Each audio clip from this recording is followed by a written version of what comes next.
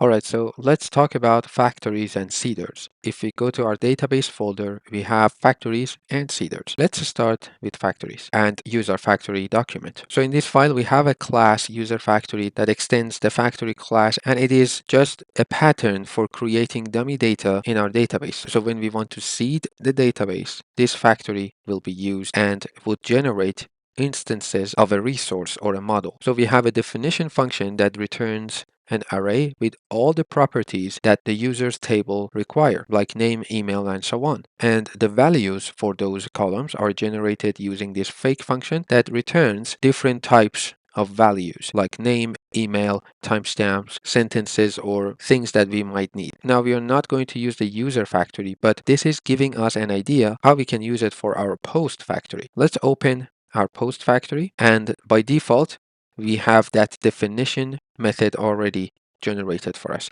All we have to do here in this return function, pass the columns that is required for our posts table. And if we open create posts table document or our migration file, we said we want a user ID, a title, and a body. So we actually need to have a user in our database. If we check our database, I already have one user, so this John with the ID of 1. And if you don't have any user, make sure you create one and grab the ID. So we want to use this ID in our factory. So in the posts factory, we want to say the user ID column, it's going to be 1. Then we would need a title, and we want to use that fake function. On this method, we have a sentence, for example, and by default, it uses 6 words. And I think that's enough. But if you want more, you can just pass 10, for example. But let's keep it as the default 6. Then we need the body. And for this one, we can use a paragraph. By default, it uses 3 sentences, but I want more. So let's say 20 sentences in one paragraph. So that's all we need. Now we want to use this factory to seed our database.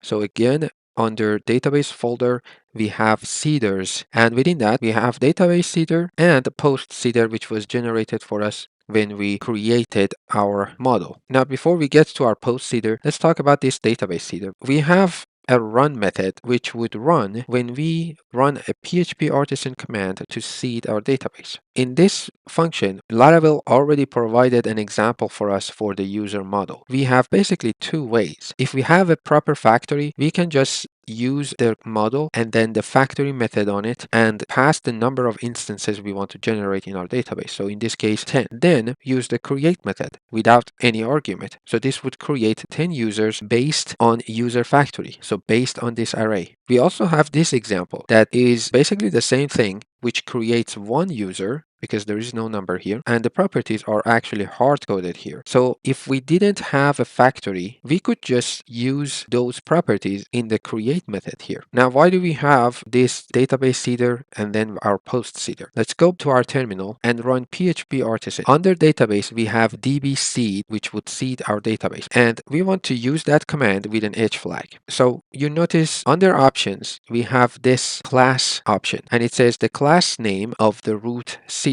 Basically, these documents. So if you want to use post seeder, right here, we need to use the class and say class equals to post seeder. But by default is using that database seeder. So we actually have two options here. Run our factory in this run function in the database seeder, or run it in our own post seeder, then specify it in the command. I prefer to use it in the database seeder so I don't have to specify the class. And in fact, we don't need this post seeder. So let's just get rid of it. And for that matter, we don't even need the post factory because we could just define those properties inside the database seeder. Anyway, let's get rid of this user factory and we want to use our post factory. So we want to use our post model, make sure it is imported up here. Then we want to use the factory static method and say how many instances or how many rows we want. Let's say 15. And we want to provide that create method on it. So let's just seed our database and see what we get. So we want to run database seed without any options because we run our command inside the database header. All right, so let's just run it. That was done. We can go to MySQL, grab everything from posts. We have 15 rows in our database, and you can see it's just a bunch of dummy texts. That's all we have to do to create our factories and seeders.